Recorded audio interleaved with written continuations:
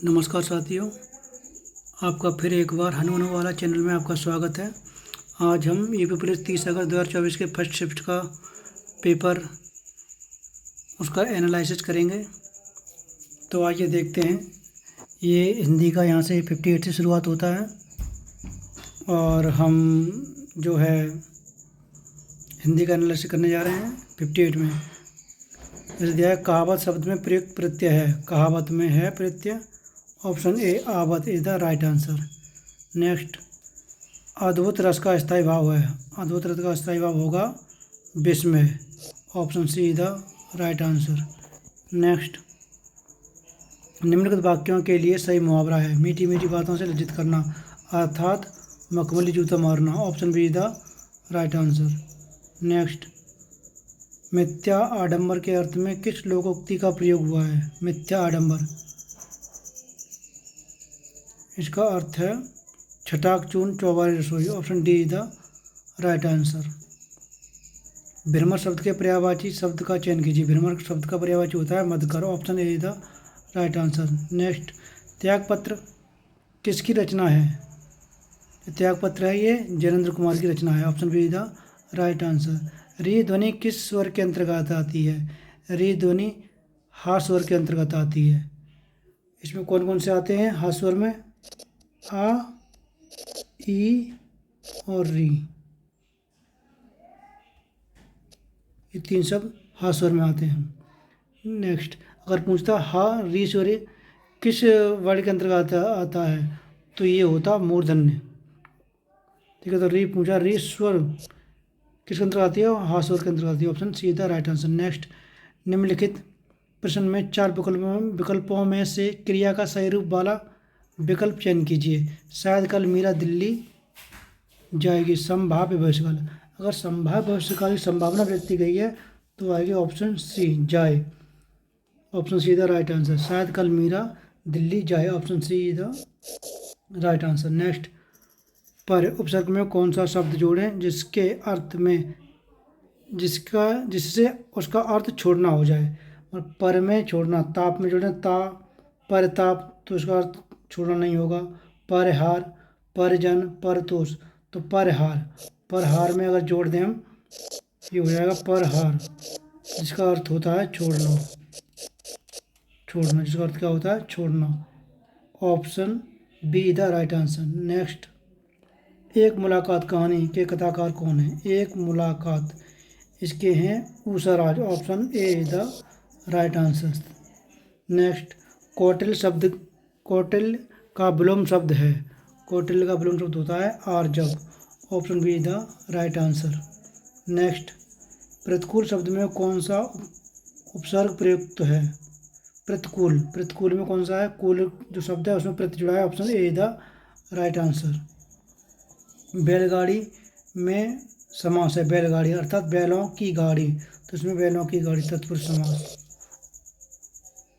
Option A the right answer. निम्नलिखित। Next, 1992 व्यास पुरस्कार के विजेता कौन है। 1992 में मिला था ये। Option B is the right answer. Doctor Shiv Prasad Singh को मिला था। नेक्स्ट, क्रम की दृष्टि से कौन सा वाक्य अशुद्ध है। अशुद्ध, राहुल क्या जा रहा है, यही अशुद्ध है। राहुल क्या कर रहा है सही है। राहुल क्या लिख रहा है, राहुल क्या सोच रहा है, राहुल क्या कर रहा है, ये गलत है। राहुल क्या कर रहा है, यहाँ क्या आता, राहुल कहाँ जा रहा है, क्या होता कहाँ जा रहा है। Option A the right answer. कौन सा शब्द पत्र का अनेकार्थी नहीं है। पत्र चिट्ठी भी होता है, कागज भी होता है, पत्ता भी होता है, पुष्प नहीं होता। Option A the right answer. Next, निम्नलिखित में से कौन सा अर्थालंकार है। अर्थालंकार, तो कौन सा है रूपक अलंकार। ये सब किसके हैं, ये सब शब्दालंकार के हैं। किसके हैं, शब्दालंकार, ये सब शब्दालंकार के उदाहरण हैं।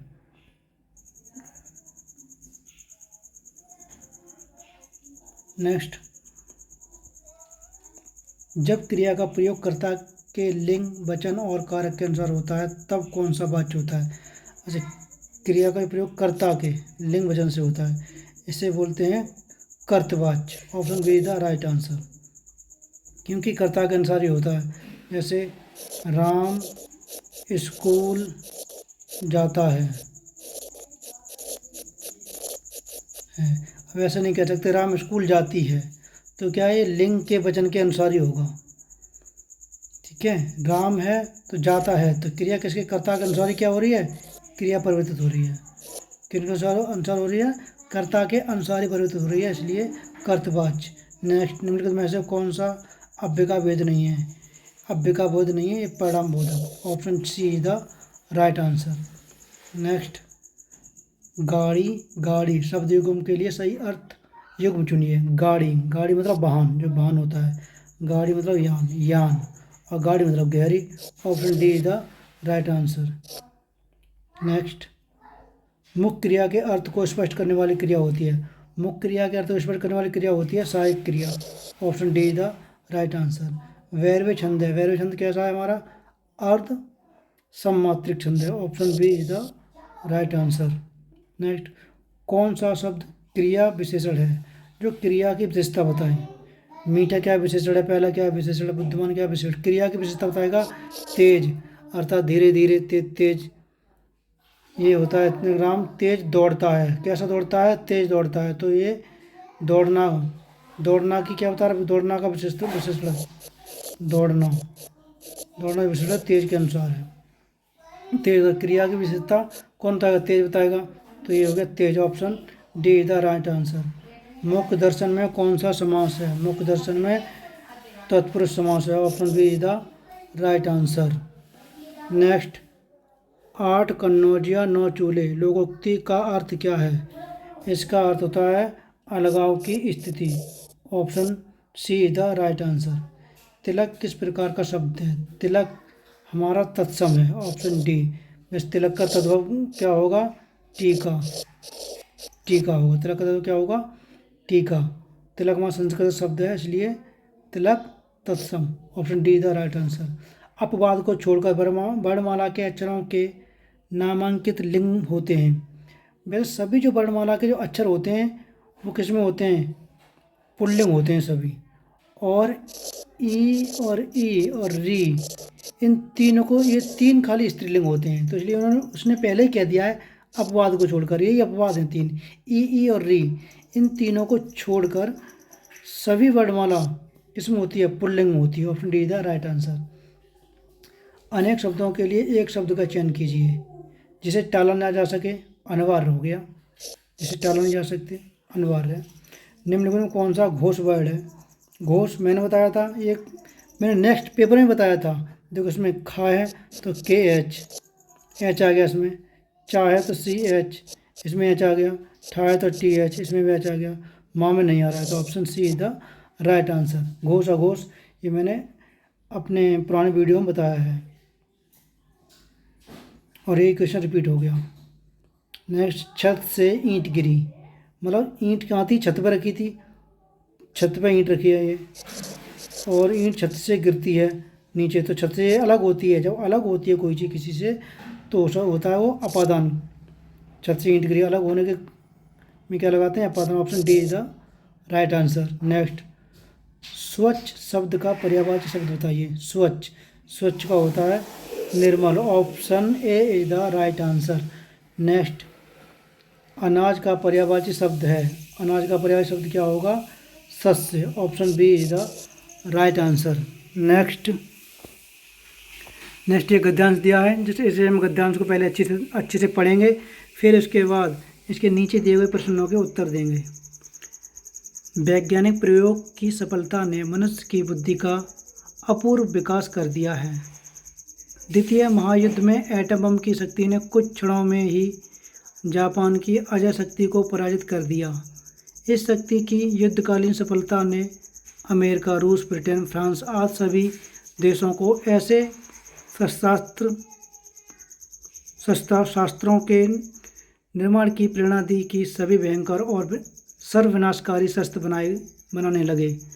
अब सेना को पराजित करने तथा शत्रु देश पर पैदल सेना द्वारा आक्रमण करने के लिए शस्त्र निर्माण के स्थान पर देश के विनाश करने की दिशा में शस्त्रास्त्र बनने लगे। इन हथियारों का प्रयोग होने पर शत्रु देशों की अधिकांश जनता और संपत्ति थोड़े समय में नष्ट की जा सकती है। अधिकांश जनता की संपत्ति थोड़े समय में क्या गया नष्ट की जा सकती है, क्योंकि ऐसे शस्त्रास्त्र प्राय सभी स्वतंत्र देशों के संग्रहालयों में कुछ न कुछ आ गए हैं। अतः युद्ध की स्थिति में उनका भी प्रयोग भी अनिवार्य हो जाएगा। अतः दुनिया का सर्वनाश या अधिकांश नाश तो अवश्य ही हो जाएगा। इसलिए निशस्त्रीकरण की योजना बन रही है। शस्त्रास्त्रों के निर्माण में जो दिशा अपनाई गई उसी के अनुसार आज इतने शस्त्रास्त्र बन गए जिनके प्रयोग से व्यापक विनाश आसान दिखाई पड़ता है। अब भी परीक्षणों की रोकथाम तथा बने शस्त्रों के प्रयोग को रोकने की मार्ग खोजे जा रहे हैं। इन प्रयासों के मूल में एक भयंकर आतंक और विश्व विनाश का भय कार्य कर रहा है। ये जो गद्यांश दिया है, इसी गद्यांश के आधार पर नीचे प्रश्न दिए जाते हैं, उनके हमें उत्तर इससे छांट के देने पड़ते हैं। बड़े बड़े देश आधुनिक विनाशकारी शस्त्रास्त्र क्यों बना रहे हैं? क्योंकि उन्हें पारस्परिक भय के कारण वो चाह रहे हैं कहीं वो मुझे देश नहीं मार दे, वो मुझे देश नहीं मार दे, एक दूसरे देश को वो करने के लिए। तो क्या है option A the right answer. पारस्परिक भय के कारण ये कर रहे हैं। आधुनिक युग भयंकर एवं विनाशकारी होते हैं। सच बात है। क्यों? दोनों देशों की सेनाएं इन युद्धों में मारी जाती हैं, अधिकांश जनता उसकी संपत्ति नष्ट हो जाती है। Option B is the right answer. दोनों देशों युद्ध में समाप्त हो जाते हैं। कोई समाप्त नहीं हो, दोनों देशों में महामारी भूखमरी फैल जाती है, ऐसा कुछ नहीं है। कोई अगर देश विकसित है तो उसमें कुछ नहीं होगा, जब विकासशील देश है उसमें भूखमरी फैल सकती है। ऑप्शन बी, इसमें जैसे लिखा हुआ है अधिकांश जनता थोड़े समय में नष्ट हो सकती है, नष्ट की जा सकती है। Option B. नेक्स्ट यह इस गद्यांश का मूल तथ्य क्या है? मूल तथ्य इसमें यही है, निशस्त्रीकरण किया जाए दुनिया को और विश्व में शांति बनाई जाए। Option A is the right answer. Next, भयंकर विनाशकारी आधुनिक शस्त्रास्त्रों को बनाने की प्रेरणा किसने दी है? ये देखो इसमें दिया गया ऑप्शन में वैज्ञानिक सफलता के मनुष्य की बुद्धि एवं अपूर्व विकास कर दिया है। द्वितीय महायुद्ध में, मतलब द्वितीय महायुद्ध के एटम बम की शक्ति ने कुछ ही क्षणों में ही जापान की अजय शक्ति को पराजित कर दिया था। किसने? एटम बम ने। तो जैसा कि इसमें दिया गया सीधा भय विनाशकारी आधुनिक शस्त्रों को बनाने की प्रेरणा किसने दी है? ये अमेरिका की विजय ने दी है? नहीं, जापान के विनाश, जापान में विनाश हुआ था उसने दी है। नेक्स्ट, एटम बम की अपार शक्ति का प्रथम अनुभव कैसे हुआ था? ये जापान की अजय शक्ति को उसने पल भर में समाप्त कर दिया था। Option B the right answer. तो इस प्रकार ये हिंदी के सभी प्रश्न हमने हल कर लिए हैं। आपका जो अगला पेपर है, अगर इसे आप पढ़ के जाते हैं तो जो अगले पेपर में आने वाले क्वेश्चन भी इसी संबंधित होंगे, तो आप इसे अच्छे से अध्ययन करके जाएं। और अगर हमारा ये वीडियो पसंद आया हो तो वीडियो को लाइक करें और चैनल को सब्सक्राइब करें। धन्यवाद।